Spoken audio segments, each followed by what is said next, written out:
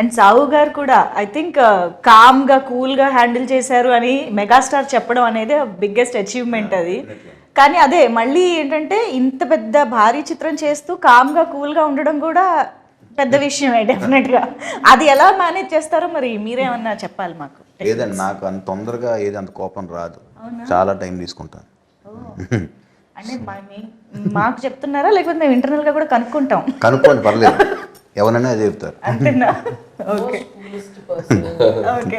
జరిగిన of course మాకైతే ఎప్పుడు ఇలాగా స్మైల్తోనే కూల్గా కనిపిస్తుంటారు. సో అనిల్ గారు అయితే ఇంకా చెప్పక్కర్లేదు, ఎంటర్టైన్మెంట్కి కేర్ ఆఫ్ అడ్రస్.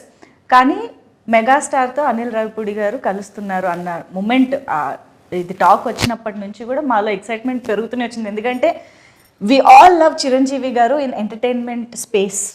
అంటే ఆయనలోని మాస్, యాక్షన్, డ్రామా ఎన్ని చూసినా we always crave for that comedy space. కాబట్టి అది కూడా మీ టైమింగ్.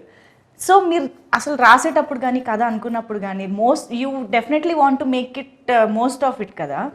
ఎలా ఏమనుకున్నారు అసలు? What was running through your mind?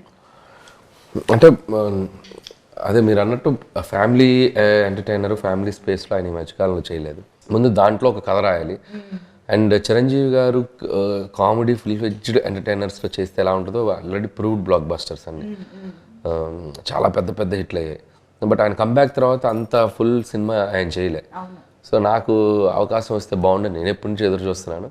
So ఆయన కథ చెప్పగానే ఫస్ట్ దాంట్లో ఉన్న సోల్ యాక్సెప్ట్ చేశారు ఆయన. సో కథ బాగుంది, బేస్ బాగుంది, ఎమోషన్ బాగుంది. ఇక నీ ఇష్టం, దీంట్లో నువ్వు ఎంత గేమ్ ఆడితే అంత రేంజ్ అవుద్ది, ఇక చేసుకోపో అని వదిలేశారు నన్ను. ఇక వదిలేసాక ఖచ్చితంగా ఒక 1.5 monthకి ఫుల్ నరేషన్ ఇచ్చాను ఆయనకి. ఫస్ట్ హాఫ్ ఒకసారి, సెకండ్ హాఫ్ ఒకసారి. అసలు ఆయన ఫుల్ హ్యాపీ అయ్యారు.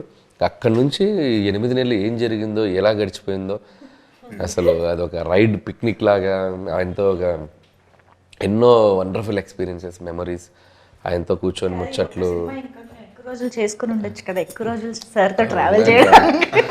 నాకు ఎక్కువ రోజులు చేయాలని కాదు, నాకు ఎంత తొందరగా సినిమా తెచ్చి ఆడియన్స్ ముందు చూపించాలని ఎగ్జైట్మెంట్ ఉంది. So I don't want waste the time అన్నట్టు అనిపించింది. ఓకే.